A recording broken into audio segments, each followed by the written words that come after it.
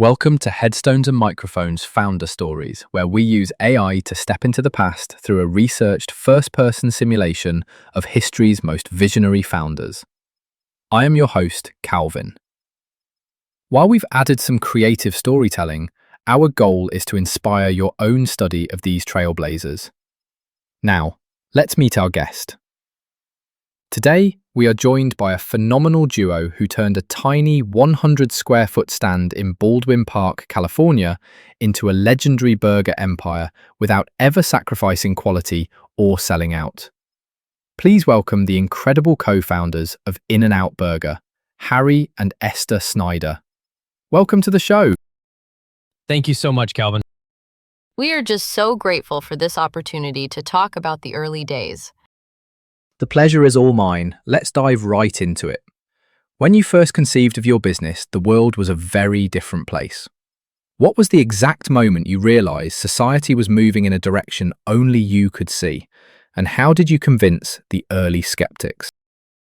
Well, Calvin, back in 1948, the San Gabriel Valley was mostly dairy farms, orange groves, and quiet dirt roads. But we started noticing all these young GI families moving into the area and commuting down the new asphalt roads into Los Angeles. Car hops were the big thing back then, where you parked and a waitress brought food to your car. But I watched those long commutes and thought, people are getting busier, life is moving faster, and they just want a place where they can get a fresh sandwich and go. The skeptics thought it was crazy to not have car hops or indoor seating, but we stuck to our guns. I went out into my garage at night and tinkered with electronics until I built a rudimentary two-way intercom speaker box. When we opened California's very first drive-thru lane, people realized they didn't even have to leave their cars to get a hot, fresh burger. Leaving behind safety to build something entirely unproven is a massive gamble. What did your life look like the day you decided to go all in? And what was the core belief that gave you the courage to take that first step? We were newlyweds, Calvin. We had just met in Seattle, where I was managing a restaurant at Fort Lawton, and Harry was delivering sandwich boxes. When we moved down to Southern California, we didn't have a grand corporate plan or millions of dollars. We lived in a modest house right across the street from that tiny lot in Baldwin Park. On opening day, October 22nd, 1948, it was just the two of us running the entire show. Harry was at the grill flipping the burgers, and I was handling the books and managing the cash box. That's right. Our core belief was simple. The customer deserves the absolute best product we can produce, no matter the price, and they deserve it in a spotless environment. I didn't care about making billions. I just believed that if we treated people right and never took shortcuts on freshness, we could make an honest living to support our new family. That belief gave us all the courage we needed.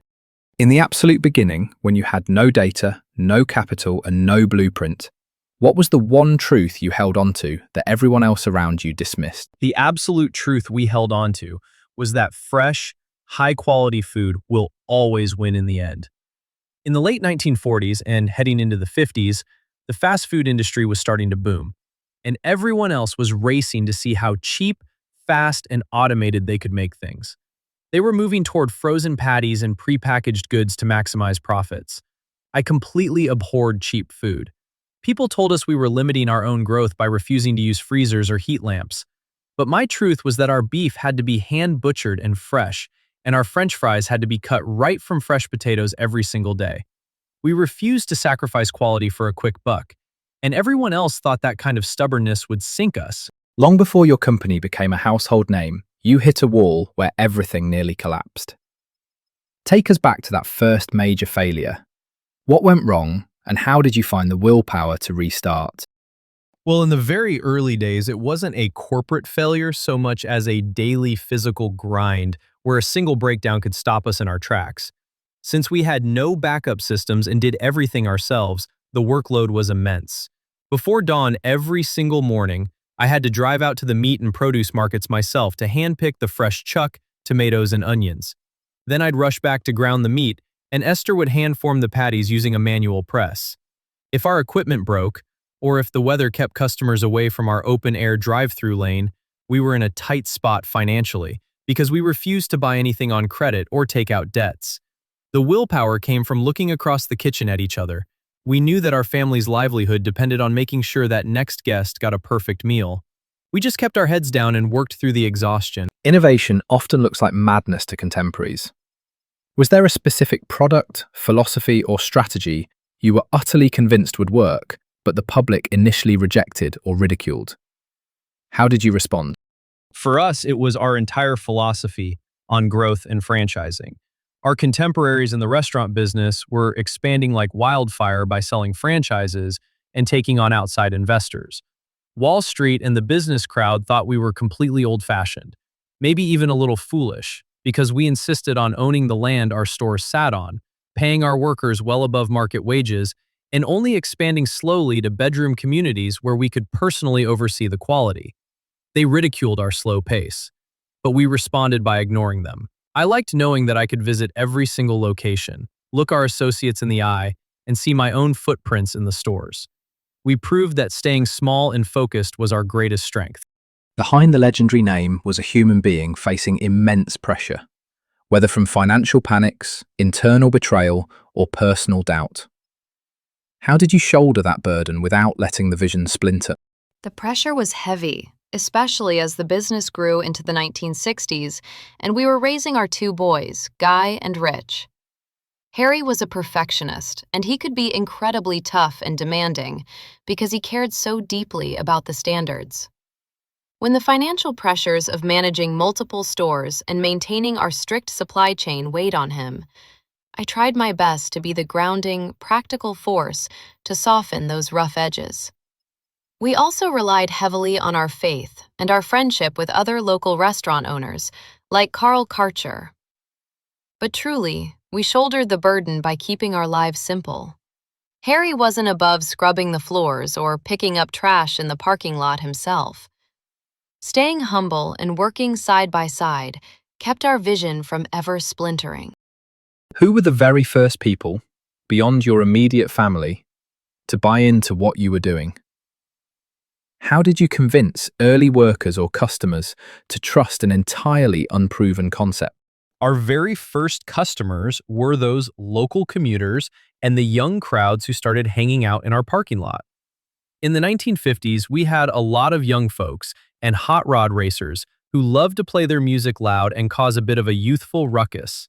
Our workers playfully called them animals. One of our store managers, Theo Roberts, used to make a custom burger for himself with pickles, extra spread, and mustard-cooked patties. One of those kids saw it, ordered it, and loved it so much they came back for it every single night. That's how the animal-style burger was born on our secret menu. We didn't need a big marketing campaign to convince them. We just gave them a great place to hang out, treated them with immense courtesy, and let the food speak for itself. Can you take us to the exact moment where you felt the momentum shift? What was the specific milestone, contract, or breakthrough where you realized we aren't just going to survive, we are going to change everything? A big shift happened for us in 1951, when we were finally able to open our second location in Covina. Selling 2,000 burgers in our very first month at store number 1 was wonderful, but proving that our drive-thru speaker concept and quality standards could be successfully duplicated in another town was the real breakthrough. Then, in 1954, we updated our look with that bright yellow boomerang arrow logo. Seeing that arrow lit up, watching cars line up in the drive-thru lane, and realizing that our little 100-square-foot idea was turning into a true Southern California staple, that was the moment we knew we had built something that was going to last. You didn't just build a company, you built a distinct culture and philosophy that outlasted you. In the early days, when it was just a handful of people in a room, how did you instill that standard of excellence or service? We treated our workers like family from day one. We called them associates or helpers, never just employees. Harry believed that if you want a high standard of service, you have to invest in the people delivering it. We paid them higher wages than anyone else in the industry and made sure they knew they were valued. Harry used to tell everyone that the grill position was a highly skilled job. It was the altar upon which the whole enterprise rested, because every single burger was made to order. We taught them rule number 1, the customer is always right. And rule number 2, If the customer makes a mistake, refer back to rule number 1. By showing them respect and keeping the environment sparkling clean, they took pride in maintaining that excellence. History books often flatten a person's life into a neat, polished narrative. What is the biggest misconception people have about your journey, your character, or how your company was actually built? I think the biggest misconception is that we had some sort of aggressive master corporate strategy to create a cult-like brand icon. People look back and think it was all a calculated marketing ploy, from the simple menu to the crossed palm trees we started planting outside our stores in 1972. But the truth is, we just did things because we liked them. The crossed palm trees were simply a nod to one of my favorite movies, It's a Mad, Mad, Mad, Mad World, where the characters race to find a buried treasure under palm trees shaped like a W. I always felt like In-N-Out was our treasure. There was no corporate bureaucracy or greed behind it. We were just a family flipping burgers and having fun with our community. Building an empire always requires a steep personal cost. Looking back at the entirety of your life, what was the hardest sacrifice you had to make for the sake of your vision? And was it ultimately worth it? The hardest sacrifice was the toll it took on our time and our personal lives. In those early decades, the business demanded nearly every waking hour. Harry poured his heart, soul, and physical health into that kitchen and the daily grind of running the company. We missed out on a lot of quiet, normal family moments because we were always at the stands or managing the books late into the night. It was a heavy burden to carry, but looking back at the honest business we created, the wonderful associates we were able to support, and the joy we brought to our guests, it was absolutely worth it. We poured our lives into something we truly believed in. If you could send a single sentence back through time to yourself on the very first day you started this venture, knowing every trial, triumph, and heartbreak that awaited you, what would you say? I would tell myself, trust in each other, never compromise on the quality of your product or your kindness to people, and remember that the truest treasure is the family you build along the way. Harry, Esther, do you have any closing remarks about the interview or the stories you shared that you would like to share with the listeners before we sign off? We just want to tell everyone listening to stay true to your values and never feel pressured to cut corners just because everyone else is doing it. Success is doing what you love with integrity. Thank you so much for having us, Calvin. It has been a beautiful afternoon. Yes, thank you, Calvin. It was a joy to look back on our journey with you. What an incredible story of dedication, quality, and staying true to your roots. From a tiny 100 square foot stand to a beloved cultural icon, Harry and Esther Snyder prove that you don't have to compromise your values to build a lasting legacy. Thank you both so much for sharing your story with us today. And that wraps up another conversation from Beyond the Grave. Thanks for joining us on the Headstones and Microphones podcast, Founder Stories. Remember, legends may die, but their stories never do. Please help spread the word by sharing and following the pod.